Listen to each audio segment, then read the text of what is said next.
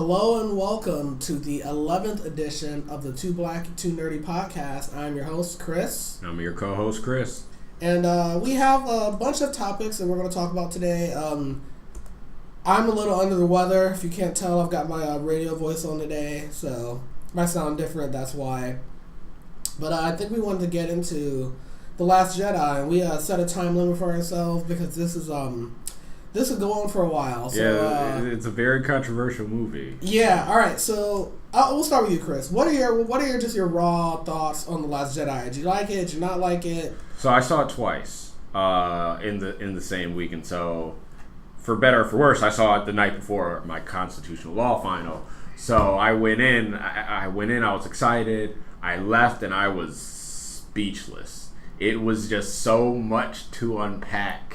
And so different because Rian Johnson, that's his style. With like Looper, it's just a thinking movie. Can't remember last time I really had to think about a movie like that.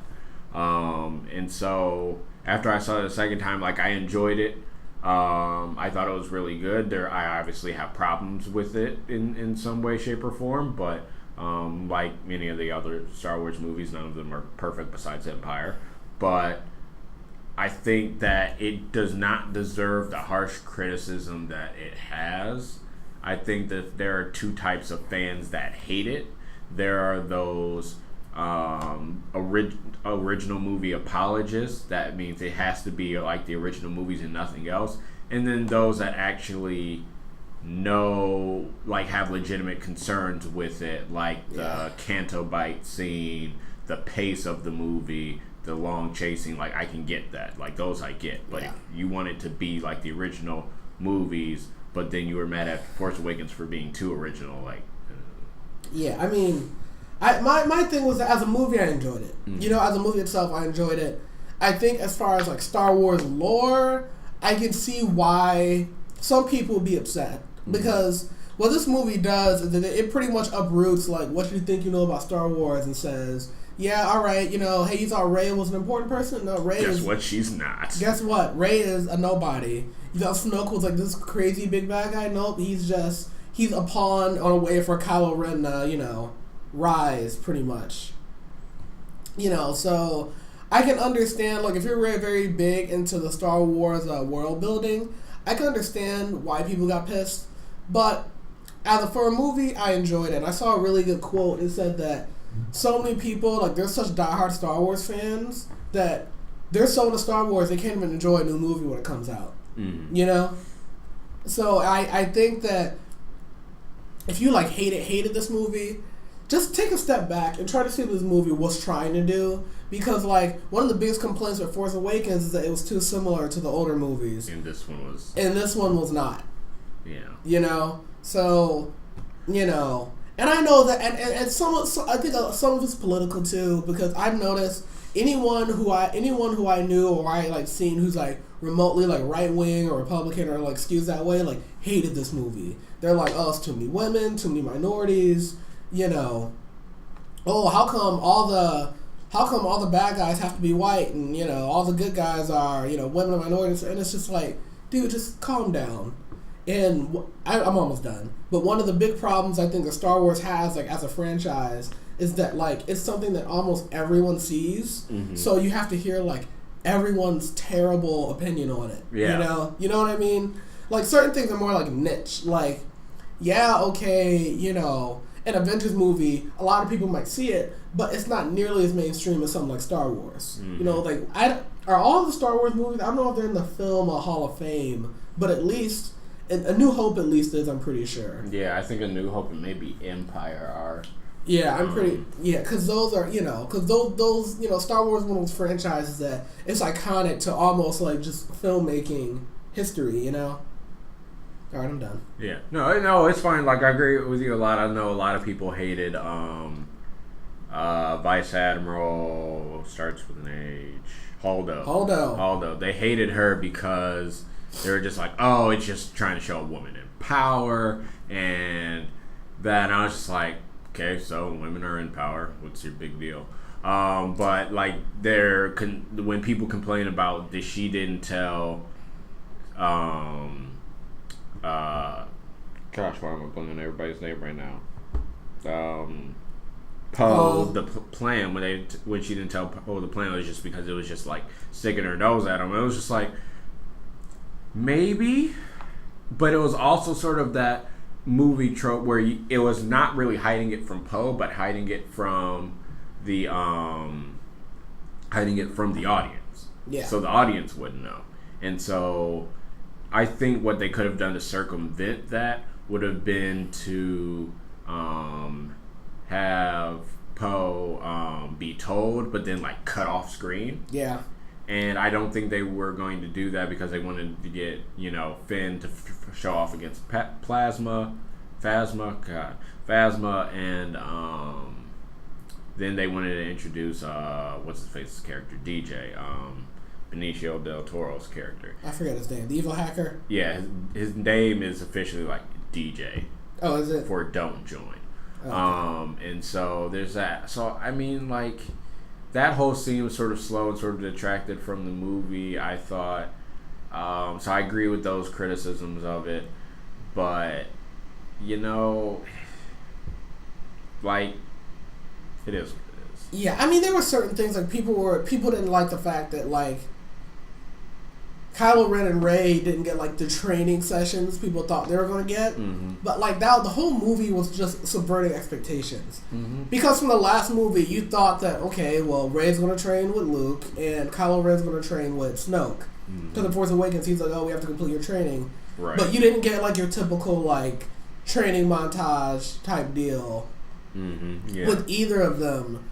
So I can understand like Force Awakens definitely set up stuff that didn't really happen in this movie, but I think that's part of the movie. Part of what it was trying to do was just like, yeah, we're going to do something different, And it's funny. I don't know if you saw this. I retweeted it when it happened. Rian Johnson responded to people's criticisms of Luke's force projection across the galaxy, and we can talk about that in a second.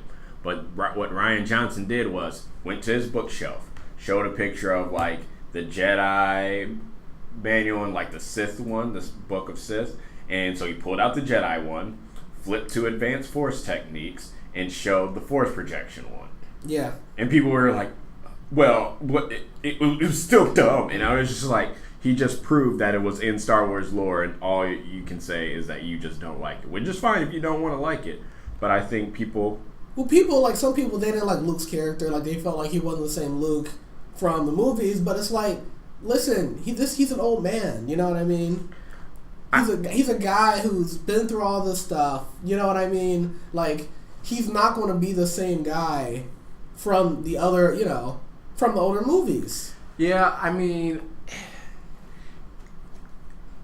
it's sort of tough because I see both sides of the argument where you're like, yes, this is not the same Luke whose father had committed, pretty much the genocide of the Jedi and killed kids and was this terror on the galaxy for a couple decades. And he never gave up hope on him when he found out his father after he had already, cut off his hand and killed some of his friends and kidnapped others. So there's that.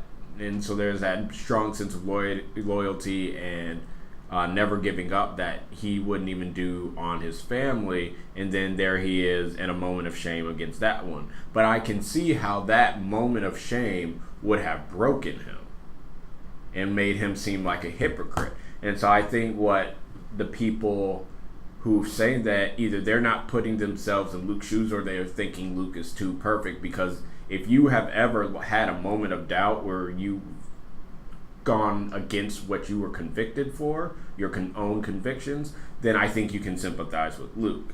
And so while I would have loved to see, Mark Hamill and Luke just go to town on a whole bunch of stormtroopers and whatever, realistically we were not going to get that 30 years later. Yeah. And also, it wasn't the movie, it's not Luke's movie, you know what I mean? Luke's stories, and you've got 3 movies with Luke Skywalker, in theory. So, you know what I mean? So, and one thing people have to realize is that a lot of people view characters as being, static. Where, this character, he likes this, and he does this, and he's into this one thing, and that's it. When in reality, I mean, when you compare characters to real people, people aren't always that static. People are, dynamic. People change over the course of time, based on our experiences and whatnot. You know what I mean? I go back, you go back 10 years ago, you'll be like, oh my God, I thought that, I said that, what was I doing, So, age, someone's core personality might not change that much, but there are going to be things that change with you with age, you know what I mean? And so, like you said, it was a lot of subverting expectations, but it was also what a lot of people hated, where you had all these fan theories that developed over the past 2 years, and they were all wrong, and people hated that. And it was just like, you can be wrong. Yeah. Accept it. That's why it's called a fan theory. Right. It's a theory. Even though theory is not the right word, it's a hypothesis. Because theories are proven. Yeah, and tested out, whereas these are not. So they're hypotheses. Yeah, the public kind of messes that up a little bit. Yeah, I know what you're talking about. And some people were like, well, Rey and Finn are Mary Sue's. How's Rey this powerful with no training? Mm-hmm. How is Finn the janitor able to beat Captain Phasma one-on-one? Now, I will admit that there was a lot of hype for Captain Phasma in both Force Awakens and this. And they ruined it. Neither delivered. Yeah. Neither delivered. And at this point, she has to be dead. Yeah. For a couple reasons. Because people thought Captain Phasma was going to be like the new Boba Fett. Right. Well, she is the new Boba Fett. Not anymore. Well, yeah. She got offed twice. Pretty much. And so in this, it's interesting with Captain Phasma because Gwendolyn Christie is in Game of Thrones. And this year they will be filming what is the equivalent of 6 movies. Now, she's going to be... I know at least in the first episodes there are bound to be some big battles. I don't know how involved she'll be in with them, but I don't think there's any indication that she herself will die. So she'll be at least a part of most of the season. So they're going to be filming a lot, and they have to film during the winter. So she may not have been available for 9. So that may be why they offed her this time. I don't know why they did it the first one. Maybe it was just besides the cute callback to New Hope, but. I think that's sort of unfortunate. I think with the Finn thing, though, Finn was trained, even though he was a janitor. He was still trained like the rest of them. I think they were all trained when they were abducted. Yeah. Maybe he didn't have that high kill proficiency, so they made him a janitor. But also, you have to remember, janitors have access to everything. They can see everything, They have to go in and clean all these different things, and people sort of don't pay them any mind. Yeah. And with the whole Rey thing, I think, Snoke told you, darkness rises and light to meet it. So as Kylo got more powerful, Rey had to get more powerful. And because Luke wasn't there as light, she sort of got everything that he was going to get. Yeah, and that's the thing is that I think at the end of the day, this movie was really it was trying to just change people's expectations, because if it went a way you thought, then we would have got a training montage with both of them at the same time. Right. You know what I mean? I would have rather seen Kylo's, because we've seen the light titrate before. Yeah. We saw the Jedi Order. We saw Luke. I would have rather seen the dark side. How do you train that? Yeah. Which is what I hope, if Rian Johnson does still do the trilogy, I hope it's like the Sith Empires or the Jedi Sith Wars, but from the Sith's perspective. Yeah. Show me Darth Revan, Bane, don't care, but show me the dark side. Okay. All right, we want to wrap it up here, move on to the next topic. You have any closing thoughts on Last Jedi? I really enjoyed the film. I think it's a really good movie. It's a different type of Star Wars movie. I think it can expand more on the Force and Star Wars universe outside of the Skywalker lineage. And also, to all the people that are mad about Princess Leia using the Force to pull herself back in the ship, couple things. One, she's out in the vacuum of space, not that much resistance, so being able to do a simple Force pull, not that hard. The other thing, all these people were complaining that Leia never showed any Force usage at all, and now she does, and you're mad about that. Think about it. It's 30 years later, she probably got a few lessons every now and then, and she at least had the telepathy part of it. Yeah. So, deal with it. Yeah, same. I mean, I enjoyed it for the most part. Like, are there things that are kind of dumb and things where you're like, well, sure, but I hate to say it, like, almost all the Star Wars movies have things in it that you just kind of have to like roll your eyes at. You know what I mean? Mm-hmm. And I think part of the problem is that people just set their expectations.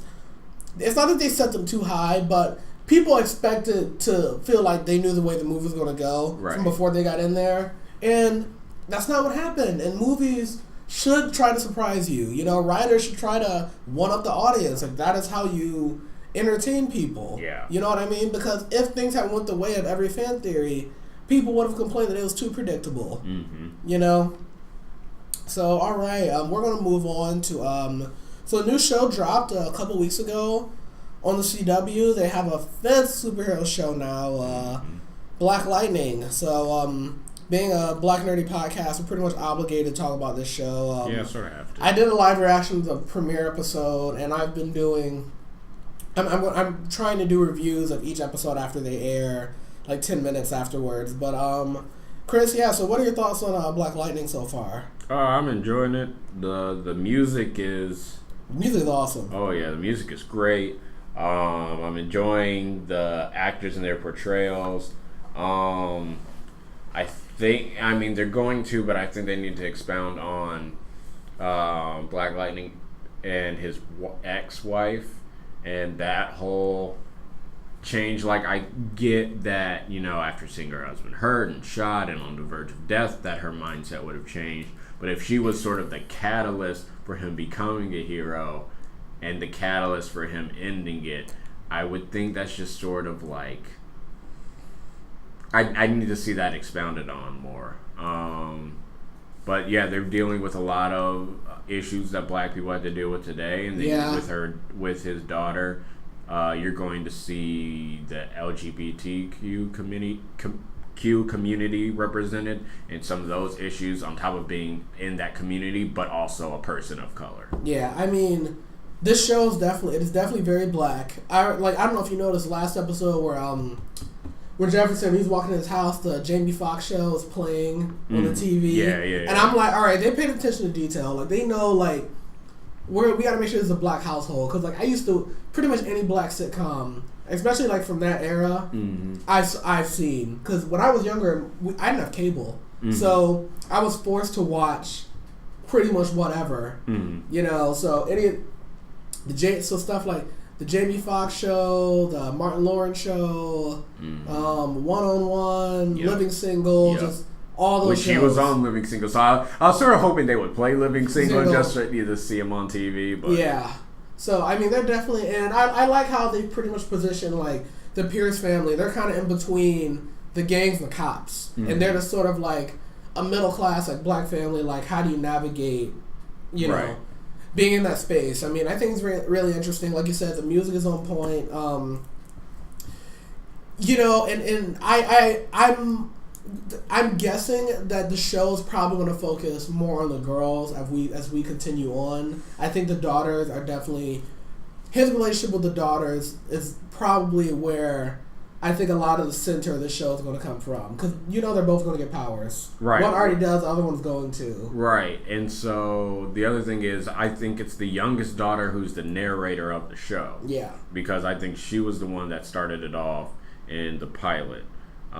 So I think it's more her story than even the other ones. Than Jefferson and God, I can't remember his other daughter's name other than Thunder. Anissa, yeah. Anissa's Thunder, and Jennifer, I think, is Lightning, I guess.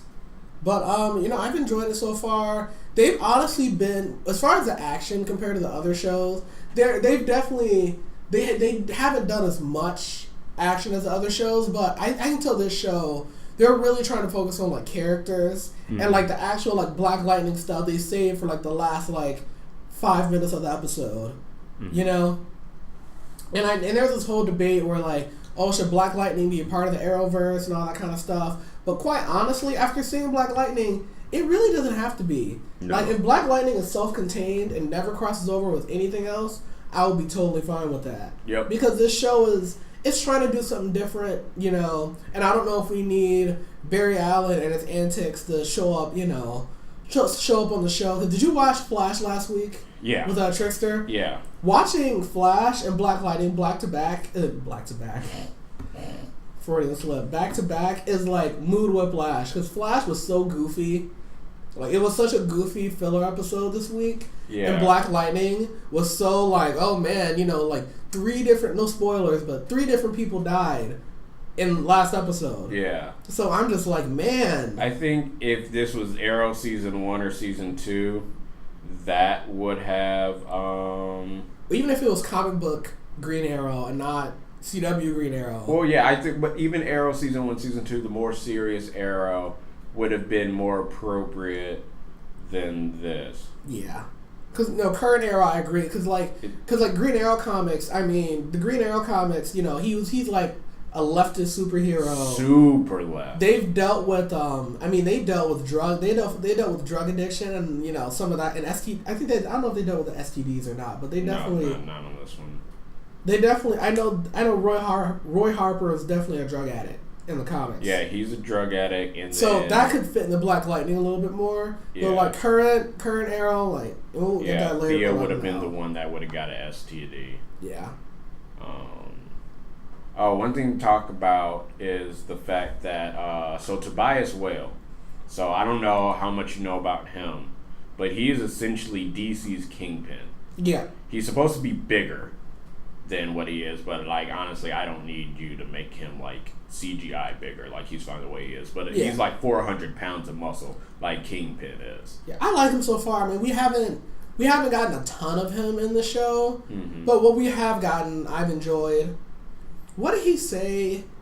He said like big lip something Negroes. I forgot what he said. He's albino, so it's interesting.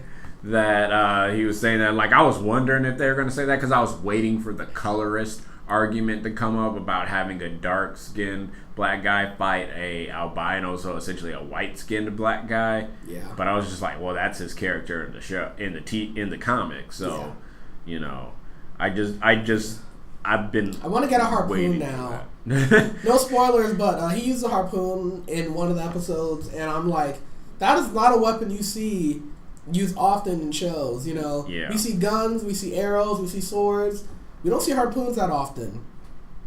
But my hopes for Black Lightning, I mean, it's doing well in the ratings. I almost guarantee they're going to get a season 2. Yeah. It looks like, unless there's just some huge drop off, which doesn't happen usually. Right, and so when we get that, we'll get Static.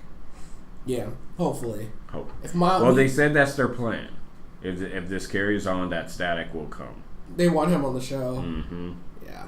And honestly, we always get teased that in the comics and in Young Justice about like Black Lightning tutoring Static, but we never get it. No, but I'm excited. I hope I'm excited for the show to continue. Mm-hmm. It's definitely different than Luke Cage. Yes. Which is the one thing I was worried about because it's got to be compared to the other black superhero show. Right. But this is definitely much more family oriented. His dynamic with the ex-wife and his daughters. And I don't know if she's the assistant principal, but the other lady, I can't remember her name. She has longer hair. Yeah, so you can tell in that second episode especially that that's what she was, that she's a potential love interest. Yeah. But. She's sizing up Jefferson. And I like the fact that he's a principal too. And like a pillar in his community. Right. Besides just being a superhero. Because it gives him, you can have a lot of interesting subplots just with him being a principal. Right. You know what I mean? Because these other, the other shows, I feel like sometimes they don't know what to do with a lot of their characters. Wally. Yeah. But, you want a filler episode for Black Lightning. One of his students has a problem. He helps the student out. You know what I mean? Mm-hmm. You can tackle a ton of different issues just with, dealing with high school student problems from a principal's perspective. Right. You know what I mean? Because kids, they go through a lot. So, do you have anything else you want to say about Black Lightning? No, I think it's going to be successful. It had the biggest series season opener for the past 2 years. Since Legends, I think. Right. So I think that's really good. So this is a good time to switch into the Arrowverse. Yeah. I'm waiting for Legends to come back, and that's all I can say about the Arrowverse. It's the only show I enjoy this season. Yeah, I mean, Flash has been kind of dumb. I do like that at least like there have been consequences, and like Barry's been in prison for at least an episode, hopefully a little longer. Because one thing about these shows, nothing ever sticks. Flashpoint didn't stick. Like I want stuff to stick, but I'm curious to see. So now that the Thinker, he's still super smart, right? Mm-hmm. And now he's got like telepathy powers. I want hopefully he's able to do some more. Hopefully they're able to do some more interesting things. I know that Jay Garrick and Jesse Quick are coming back. It's supposed to be like a big speedster episode, and I guess their future kid, Dawn showed up. Is gonna we're gonna finally figure out who she is. She's a CW alumni. Yeah, she was in Smallville, wasn't she? Do you know who she was? I don't know. She was Plastique. Was she? Mm-hmm. She was in Smallville. Mm-hmm. Yeah, that actress is gorgeous, by the way. Oh yeah, my future wife. Hopefully. But anyway, but yes, back to the topic at hand. So Flash. So I didn't even watch the trial episode because I just knew I was going to be. Once you're in law school, it would just bother you. Yeah, it would just bother me. So if it's not the quality of like How to Get Away with Murder, you got to walk away. That's not even that good I know. quality. So I mean, but there are basic things you could have gotten right that I could even just tell in the by people's comments and by like the clips that I saw that they weren't going to get right. Like there was a whole lot that was circumstantial that it wouldn't have gotten away with. Like you don't take someone that has been this good of a person and demonize them like that. Like there's just different ways to do it. Plus, like he used the knife from the wedding. They got it as a gift. Yeah, they got it as a gift, which he could have said and said you only got one. And at that point, you're got no word versus their word, and you have no reason to believe that that's not the case. And so about the Thinker, which I'm fine with him, trying to, get Barry to think and not just do things and not, because he's been outwitted by every single villain, even himself, literally.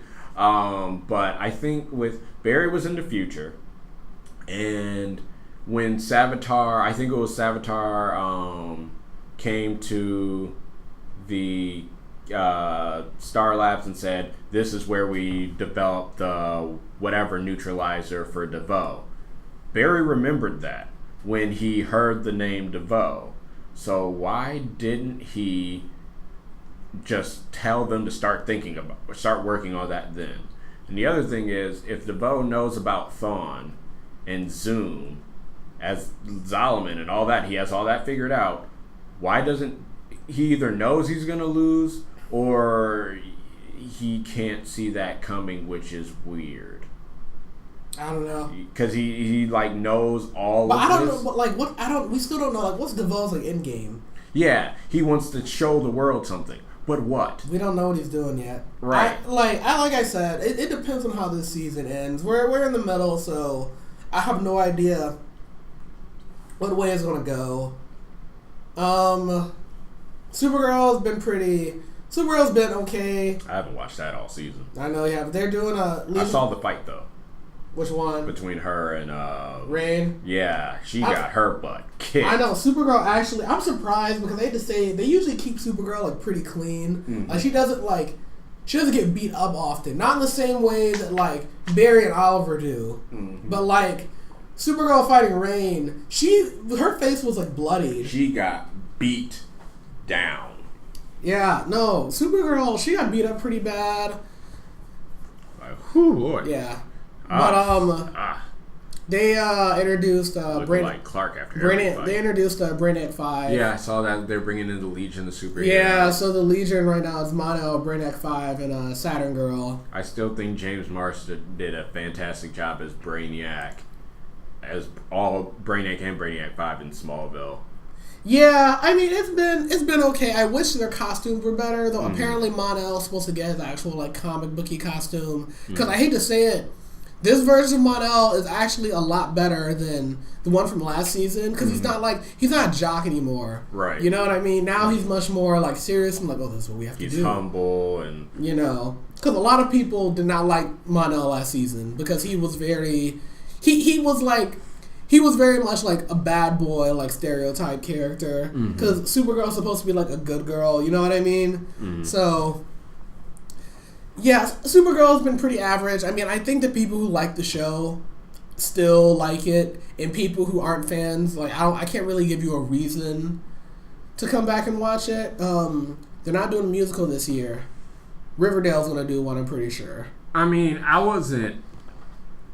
The only reason why I wasn't a fan of the musical was because it ruined the momentum of both shows. Yeah, it was. I mean, it was a filler episode. Right. You could have skipped it and then missed nothing. Right. That should have happened earlier in the season. Because it just sort of like the fashion was picking up steam. It was getting darker. It was getting more serious. And then you had Iris is going to die. Right. Yeah. And then you had, I can't remember what was going on in Supergirl last season for the life of me. But then, yeah. Mon-El's parents. So let's talk about the big daddy of disappointment. Oh, yeah. Arrow. So, I'm still watching Arrow. It's not that it's bad. It's just really, really boring. So, the villains right now, it's a villain team up between Caden James, who is an evil hacker. And I hate to say it, the actor is playing him, Michael Emerson, is like great. And he is totally just like wasted. Oh, yeah. I feel he's the James Spader of this universe. Pretty much. Because I don't know if you ever watched Lost. Mm-hmm. That's where he got his. That's where he was famous from because he was like Ben Linus. And then he had Person of Interest, where he was also a hacker, and he did a really great job there. And then now you have this one where I've seen like some of his lines and some of his dialogue and some of his performances, absolutely fantastic. But I think let's look at the seasons of Arrow. You had him trying to eliminate people on the list and stop, ultimately, Malcolm Merlyn. Yeah. Second season, Slade trying to take control and destroy his city, ruin Oliver's life. He has to stop that. Third season, Ra's al Ghul, basically pretty much doing the same thing that Slade did, but trying to get Oliver to, eventually supplant him. The fourth season, Damien Dark trying to destroy the city. Fifth season, you have Prometheus. He just wanted to ruin Oliver's life. Right. He didn't want to destroy the city at all. Right. Get revenge for his father's death. This point, you have Caden James trying to get revenge, hurting everything in Oliver's path, everything in Oliver's life, to get revenge for his son's death. Now, we knew from the beginning that he killed, or not from the beginning, but we knew rather early on that he killed Prometheus' father. We just didn't know who Prometheus was. At this point, you have him maybe having killed his son. But we don't know. Right, and so that maybe makes me think he didn't, and if he didn't, then who's lying to him? And at that point, I feel like that's sort of a dumb Prometheus. trope. I don't know. Right. I don't know. Also, did they ever talk about how Black Siren got out of Star Labs? Because I feel like that needs to be addressed at some point. You mean last season, you mean? Yeah. Prometheus broke her out. Right, we know that. But, like, how? How? He knew. He just knew. But how? I have no idea. I don't know. I think that's a glaring overstep. But yeah, so it's a team up between Caden James and all these B-list villains. You got the Russians, you have Richard Dragon, who's really disappointing because he's like a big Arrow comic book villain. Yeah. Vigilante, meh. Who's a double agent. Who's a double agent, and Dinah's ex-boyfriend. And Black Siren, who at this point, like, I honestly, at this point, I'm over Black Siren. Like, when she first came back, I was like, okay, well, maybe this would be interesting. But now, I mean, she's just a hench girl. Mm-hmm. She shows up, fights Team Arrow, loses, leaves. You know what I mean? Same thing she did last season. And it's like, unless, like, and they're supposed to be, like, some redemption. They're trying to tease, like, a redemption arc with her and Quentin. But I'm like, I don't know. Let her sacrifice herself. Like, I felt like they wanted to bring Katie Cassidy back because they got so much shit for killing off Black Canary in the first place. Mm-hmm. But yeah, it's not that Arrow's even bad. It's just boring. Like, I don't know. Like, I guarantee they'll get another season. But after season 7, I want Arrow to end. It's time for the Arrowverse to end. I said Arrow. It doesn't have to be the verse. No, I really am looking forward to Legends of Tomorrow coming back because it's just it knows what kind of show it is, and it's consistent, right? And it's sticking with it. Unlike because with Legends, Legends hasn't come back yet, but we know we got John Constantine. And Wally's going to be a permanent member of the team. And some people are like, oh, we don't want Wally because he's too OP. But I hate to say it, the Legends right now, they're really lacking in numbers. Right. And lacking in, powers. Because right now, Firestorm is gone. Mm-hmm. The Hawks are gone. Leo Snart is only going to be there temporarily. Wentworth Miller is already done with the Arrowverse pretty much. And then Ray Palmer, he's almost never in his suit. I know. And when he is, he loses it. The Atom is really useful. Sarah at the end of the day, she's a good fighter, but when it comes to anybody with powers, Sarah's outclassed, Zari can throw wind, which is fine, but that doesn't make her super powerful. Amaya, when it comes to her powers, besides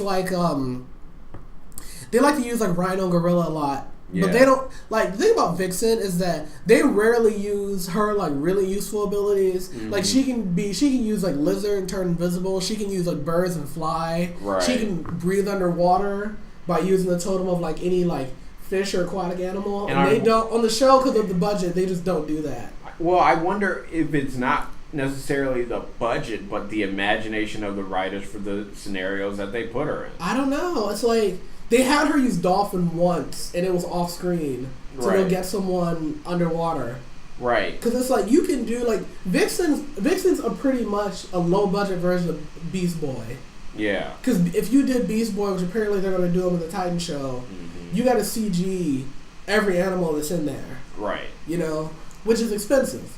Right. And still, his powers only work sometimes. With the convenience of the plot. Right. How many episodes have there been when Nate can't use his powers for some reason? Probably about the same number I'm all for Wally being on the show because the Legends are kind of weak on the powers. Mm. And I'm sure they'll find ways to weaken Wally. Maybe they'll give him a heart condition like Ginger Wally was in the comics. Okay, so you know what? That was just annoying. But that was really annoying. I know, I think what it's just going to really be is because you have this time traveling thing,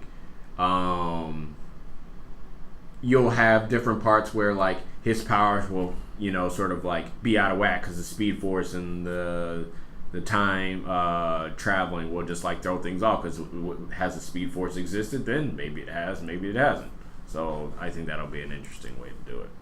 Yeah, but no, I am looking forward to Legends.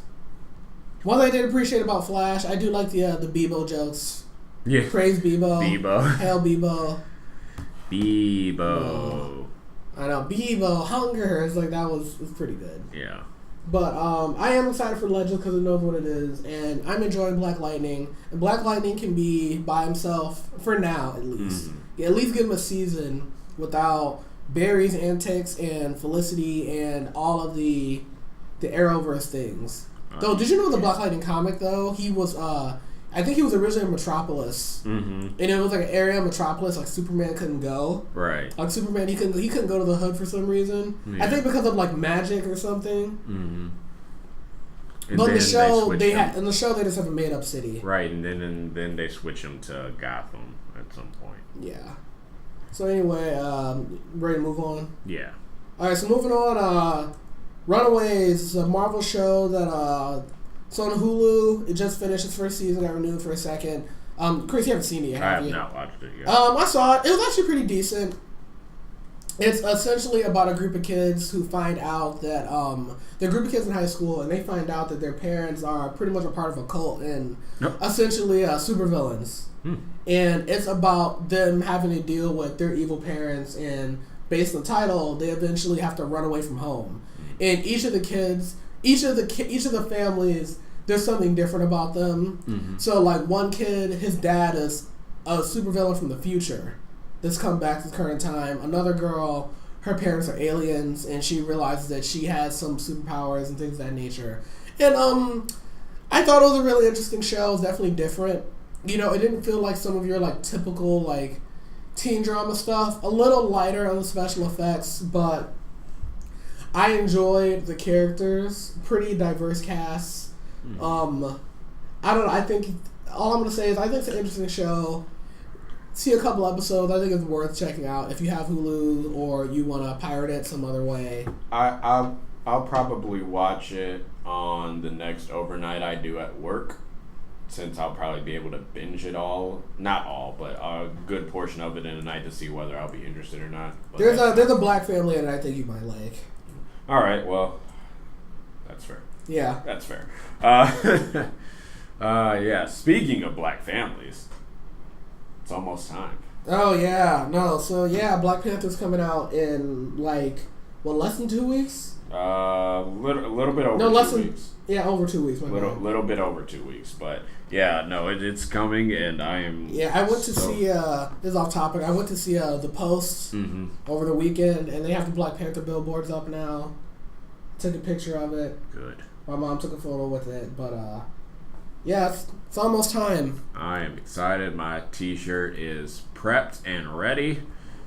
Yeah, I still don't know what I'm wearing, and also. Super off topic. So my dad paid Ancestry.com to see so Ancestry.com, they can test you, give them your DNA, and they can see like where your lineage comes from. Did you come from Wakanda? No, I wish. No, but my dad did it, not me. So for me, it's still so. Oh, well, but yeah, apparently a lot of our genetics. Like my dad's like 30% Nigerian and like 10% from Ghana. So I'm like, oh, it's interesting, like his ancestors are. Yeah. So now I feel like even better, like going into Black Panther. We all just have to, we all just have to watch the blackest movies before we go. We have to watch, Coming to America. We're gonna have to watch Meteor Man because it's a black superhero. We just gonna have to watch a lot. I may watch a Madea movie. I may watch one. It's probably as much as I can take. Diary of a Mad Black Woman is a classic. That's probably the rest of them try to replicate that to varying degrees. And it works, or it doesn't. Or it doesn't. And we're not even going to talk about the Halloween movies. Apparently, the Halloween movies done really well on the box office. Yeah. Yeah, I mean, a lot of people don't like Tyler Perry for various reasons, but he does give black people jobs. Right. I'm fine with Tyler Perry. The dude's an innovator. He's a creator. I'm fine with him. I just, there's a point where I get tired of Madea. Yeah, Madea gets repetitive. I agree. Yeah. I agree, but yeah, so yeah, everyone's excited for Black Panther. I don't want to see any more trailers, any more TV spots, any more bits of the movie. I just want to watch it. I do not want to be spoiled. I don't know if you saw, someone shared a list of bylaws for Black Panther. Yes. So it was so funny. It's like, number 1, tell your family members to research the movie before they go see it. Okay? I don't want to have to explain anything to anyone while the movie's going on. And it was like, number 2, get a damn babysitter. I don't want anyone bringing their nasty kid, bring their loud kids into the movie. It was like, number 3, you have to dress up in some way. It was like, you can wear a dashiki, you can wear you can wear any sort of Marvel gear, or you can just wear all black. Yep. So it was quite funny. This movie set to break all sorts of records. So yeah, it's been a long as I say, it's been a long road, but we're almost here. Yeah, I think I know, just knowing Killmonger's history, I know the way they're taking the character and the way they're taking the plot, and I think it's very close to comics, which is the indication I'm getting, which is good. Don't stray too far from it, even though he gets a suit, which is the only thing I'm just sort of like, he doesn't need one. The whole thing was he could beat T'Challa without it. He didn't need a suit to beat him. But, it is what it is. Yeah, I mean, that's a Marvel trope of a villain having to fight. Well, not even just Marvel, superheroes in general. Heroes having to fight like an evil version of themselves. You know what I mean? And that's the thing I kind of was like, with the Jaguar suit. But hopefully they just don't do the general, okay, have them both fight and have Black Panther win. You know what I mean? Hopefully something different happens. So, yeah, so... Because they did that in Iron Man, they did that in Ant-Man, they did that in Doctor Strange, you know what I mean? Right, so we know when he's in the suit, he's going to be fighting him. That when they're both in the suit, that's the end fight. We see they fight once before when they're in that, like, a water area arena, and is that like a flashback? No, I think what it's paying homage to is that when T'Challa, at least when they redid it like about 12 years ago, when he became the Black Panther, he did it because his uncle was the Black Panther after his T'Challa's father died, and every year they do like this not tournament, but they do this one-on-one challenge where you can take over for the Black Panther if you beat him in combat. And so that's how T'Challa won. And so they didn't really do it in the comics after that. I think that was just a setup for him to get in. So they could be doing something like that where he's being challenged for the throne by Killmonger, who is a native Wakandan by birth. Yeah. But got exiled out through various reasons. Well, not various reasons, one reason particular. But I think that's what they're going to probably do, and he might lose there, and then he has to. Yeah, I don't know how that's going to work. Yeah, I'm optimistic. I know I like the movie regardless, but it definitely is a superhero trope of fighting these versions of themselves. So I just hope something different happens. I mean, I hope his Golden Jaguar suit there's has a billion examples. Something different about it. But the only one who doesn't do it is Batman. Yeah. Superman fights Zod. Flash fights Reverse Flash. I mean, Batman has Wrath and Scorn, but they rarely show up. Yeah, but his top villains are the Joker and stuff like that. Two-Face, Penguin, Black Mask. Who are different. Right. So that's looking forward to it. You want to talk about Dragon Ball FighterZ? Yes. So I would have to admit, when I first heard that the game was coming out and how it was going to be, I was not that excited for it. The closer it got, the more I saw of it, the more excited I got. After buying it yesterday, I'm glad I bought it. It's a lot of fun. It is. The thing about Dragon Ball FighterZ is that the gameplay in the online is rock solid. So compared to a game like Xenoverse, where there's 100 different characters, but most of the time everyone just flies and shoots beams and maybe does a punching combo, the fighting in Dragon Ball FighterZ is very balanced. Every character is pretty much unique. They all have different things that work for them. And, it's just, the gameplay, honestly, is just really fun. And even though the roster is relatively small, even though, we're going to get DLC. Broly is going to be DLC. Yeah, I'm not going online anytime soon. Dude, oh, yeah, I got destroyed. Yeah, I'm not doing that. It apparently sold more on launch than, any fighting game in the past few years. It's the most popular fighting game on Steam. Yeah. I'm just more than Injustice, more than Street Fighter V, more than Mortal Kombat X. So I mean, this is a very. I think the thing is striking the nice medium between a lot of the people who play the hardcore fighting games, like a Street Fighter and that kind of stuff, and then people who just like Dragon Ball Z. Because most people that just love Dragon Ball Z fighting games and only play Dragon Ball Z fighting games will suck at this game. Yeah, they will have to get better at it. But I appreciate they made a lot of the characters unique, like Captain Ginyu summons the other members of the Ginyu Force. Android 18 summons Android 17 to do some attacks. Frieza can transform to Golden Frieza. Goku Black's in the game. Goku Super Saiyan goes to Goku Super Saiyan 3 in his ultimate attack. And you can when you use the big ultimate attacks, it does crack the stage. Yes. And different ones have different effects. You can use one and be transported to another field. So you have those destructive finishes. Have you done any of the dramatic finishes yet? Yeah. Yeah, my favorite one is the Yamcha one against Nappa.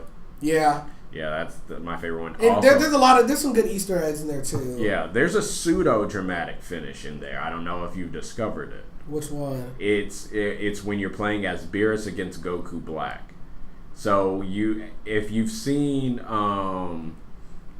Beerus's ultimate attack, it's pretty much Hakai. Yeah. But it just doesn't wipe out the person. It does that for Goku Black. It's not a dramatic finish like the other ones are, but you'll see like you'll do it when I think it has to be below like 10 or 20% health when you do it. But when you do it, like you see like that purple sort of like mist that when he did Hakai on him. Yeah. Yeah, you see that and like you see him just disappear. Really? And I was just like, that's awesome. Yeah, no, I mean, you can tell that this game was made for Dragon Ball fans. Mm-hmm. They tried really hard to put in a lot of Easter eggs and whatnot, and I hope, it gets updated and we get more characters. Like, I think at a certain point, like, Jiren has to be in the game, I honestly don't want Jiren in any Dragon Ball Z game. Because he's just too broken. Because there's no way you'd be able to do him justice. It's sort of like, realistically, having Superman in any fighting game, he really shouldn't be, because... Yeah. He should be able to beat anyone, save Batman with Kryptonite, couple the magic characters, but even then he'll really be able to. What about, you think we'll get Kefla? Yeah, I think Kaiser Neko tweeted this, where he was just saying, like, it should be, Cauliflower should be the, main one, with Kale being the, assist character. And so, like, their level 3, or their one that uses 3 gauges is Kefla. And that's how they do it. So you'll get... Yeah, so I think that would be cool. Or if they did something like where you have one character but you can switch with 2. So sort of like how I feel like they should do Android 17 and 18, where after you do one of their special attacks, you can switch out with one of them, and they only have 1 health bar. But it's the same character. It's 2 different characters. You see what I'm saying? Mm-hmm. Yeah, I think that's something that they could have done. And if they do it with Kefla, that's what they should do. That's probably what they should do with Android 17 and 18. Because I like Android 17. Even when he was during the Cell Saga, I thought he was pretty cool. Yeah. I wish he would use his gun, though. Because that would just be funny. Yeah. He has no need for it, but... Yeah.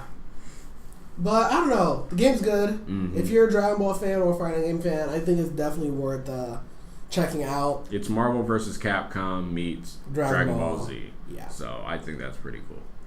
Yeah, as long as it gets updated, I can see this game, because it's different than the other games. Definitely different than Xenoverse, because they're still releasing DLC for Xenoverse, but I got bored. Yeah, I didn't even buy the second one. Yeah. I think this game in and of itself does not need a sequel. I think you can just add more characters and add more content to it, and I think they should do that. Well, they typically do in fighting games. They have a season of DLC come out, then they'll release like a complete edition later on. Anyone who buys it now, like us, is going to get screwed. Yeah. Money-wise, but... Yeah, it's fine. That's the way... I'll allow it. It's the way the industry goes now. Yes. Alright, so I just had a couple more topics before we finish up. So, yes, our first podcast of the new year. Chris, do you have any hopes and dreams for anything geek-related or anything that you're excited for this year? So we got Black Panther. Obviously. We have a Venom movie coming out. I was going to write off X-Men Dark Phoenix, but they got Hans Zimmer to do the score, so that's obviously going to make the movie that much better. Yeah. So we have that. I don't know how I feel about New Mutants, just because it's like, I don't know how it's supposed to fit everything else. I don't know. It's just, so it's like they're all stuck in this sort of like psych ward, and so I'm just like, how are they going to become a team post that and all? It's I'm just going to have to see more from it before I can truly judge it. But there's that Ant-Man and the Wasp comes out, which whatever, maybe. Ant-Man was still the only Marvel movie I did not see in theaters. I've seen every one but Ant-Man because I was literally not excited. Infinity War is this year too. Well, yes. And Aquaman. Oh yes. Yes, Infinity War. I still have the same opinion. Same opinion. Nothing has changed my mind. Jessica Jones season 2 is coming out. Luke Cage season 2 is coming out. Right. Star Wars Solo is gonna bomb, probably. Well, the Han Solo movie. Well, some people just might be pissed. because of Last Jedi. Well, no. I think so. From what I've been hearing, is that Solo, the actor that they got, can act. Apparently, they had an acting coach on deck all the time. Really? And so they just picked a guy who looked like Harrison Ford, and they're just like, we're going to teach you how to act. My whole thing was, I'm going to go see it because Donald Glover. Okay. That's why I'm going to go see the movie, and it's Star Wars. He's good in anything he's in. Right, and then the other thing is, so you had two directors that it didn't work out with. You have Ron Howard, who's the director now. Well, the two directors were directing this, this at the same time. So then you have Ron Howard has to take what he shot and piece it together with what they shot. And if that doesn't work well, it's just you're going to see the changes like you saw in Justice League, where now those weren't terrible changes, but you saw the tone shift. Mm-hmm. And so I don't know where you'll see the tone shift. Everybody knew that Zack Snyder would have been not as humorous as Joss Whedon would have been. I don't really know about Ron Howard and those other two directors, how their styles differ. But if it's not something that can be congruent, it's going to be a problem. Yeah. But it's going to be a good year for movies. Definitely. Also, Ready Player One comes out in March. Yeah. I'm really excited for it. Oh, super off topic, but Logan's up for an Oscar. Yes, it is. Best adapted screenplay. So that's a good step up for superhero movies. Yeah, even though Logan's a little thing, but I wanted Logan to get nominated for something. I don't know if he'll win, but yeah, Wonder Woman got snobbed. Yeah, I'm not shocked. No, I'm not either. They don't want to give anything superhero movies, and the argument you can make with Wonder Woman, some people say the last act was bad. It was. What? It was. I think it was. Not terrible, but it wasn't. It didn't hold up. Yeah.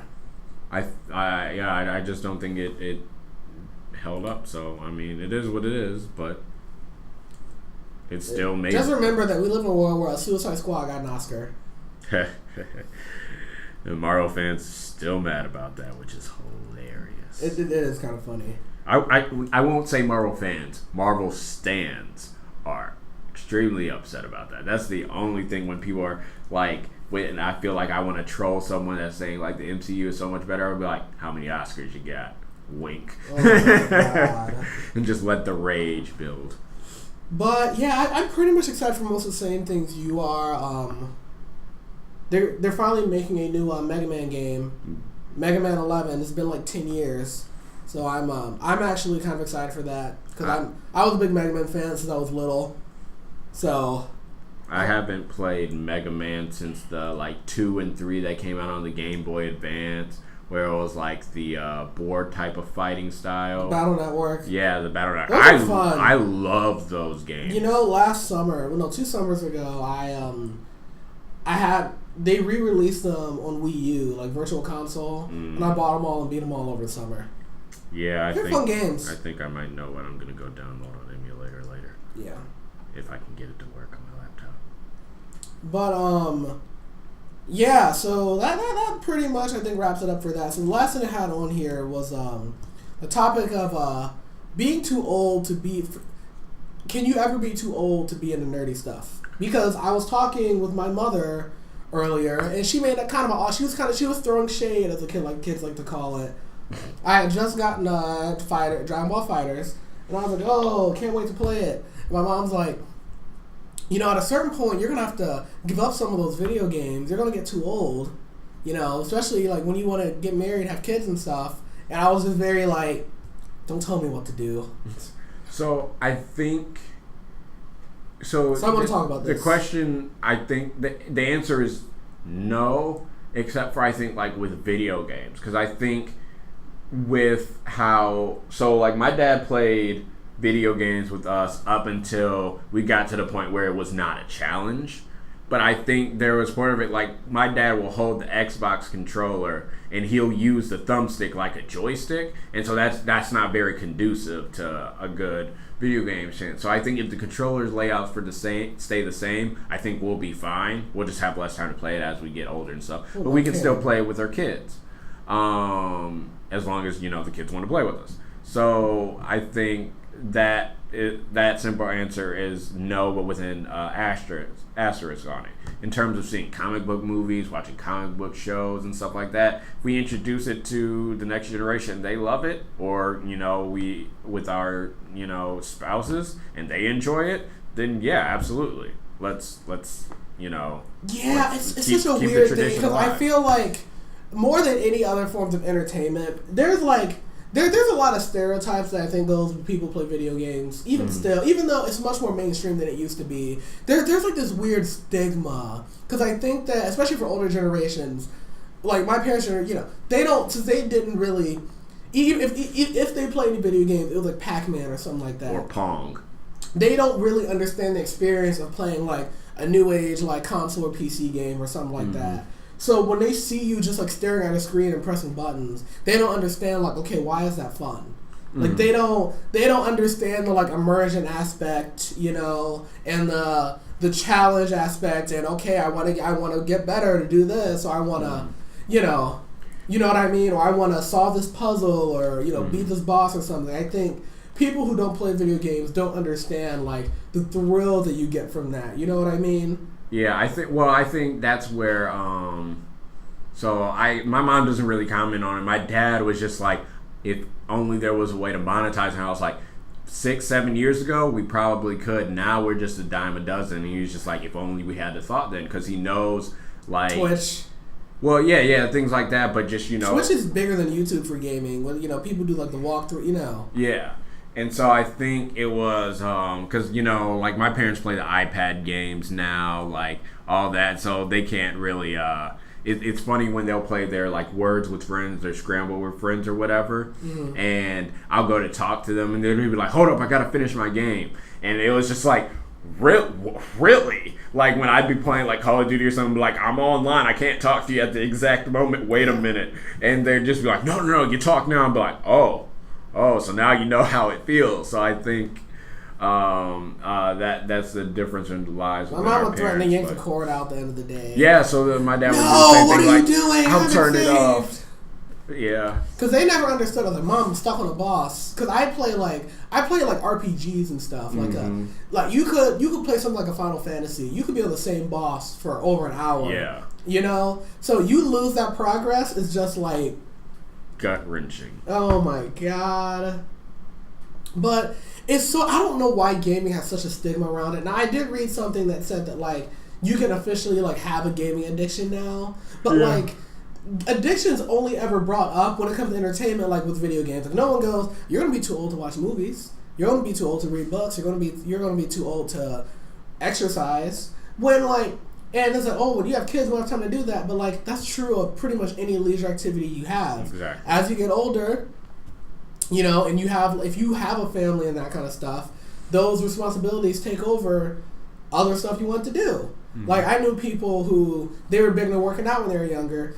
They picked up weight when they got older, when they had kids, because you can't spend as much time in the gym. Right. That's true of pretty much like any hobby that's non-lucrative as you get older. Yep. At a certain point where it's like you're either working or you're dealing with family stuff. I mean, even some of the lucrative ones. Like even if that's your career, like sometimes your career takes a back seat to your family. Yeah. So that is what it is. It's just the older generations either lack of knowledge or misapplication of it, or just because it wasn't something that was practical to them then, they can't apply it.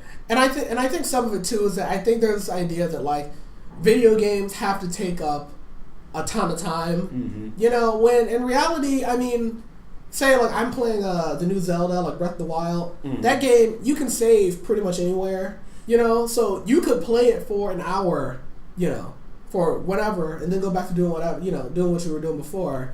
Something like a Dragon Ball FighterZ, you might play a few matches or do something like that for half an hour, and then go do something else. So like it's just weird that like even though like gaming is super mainstream, especially amongst like dudes, you know what I mean? Like there are women who play video games, but I don't think there are as many.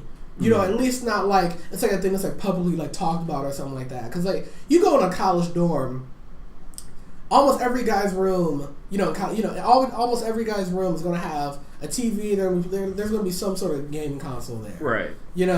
which is not the same for a girls' room. I knew a few girls that would have like an Xbox or something like that, but it would be like tucked away. They maybe play it like every once in a while. It wasn't something that was just out there. Cause like when I was in school, we had a PS3, we had a Wii, you know. So it's very. I know it's just this weird thing where it's like folks. I feel like they just want to come for people who don't play games. Like just want to come for gamers. I don't know. It's weird. All right, so my rant's over. I think. Do you have anything else you want to say? No. All right, well that's all of our topics. So that's everything. So the next time we'll podcast will be post Black Panther. Yeah, the next podcast will be after Black Panther. But yeah, thanks for listening. As always, we appreciate it. Happy New Year. Happy New Year. Hopefully everyone is blessed and achieves what they want this year. And yeah, until then, I'm Chris. I'm Chris. And this has been the Two Black, Two Nerdy podcast. We'll catch you later. May the Force be with you.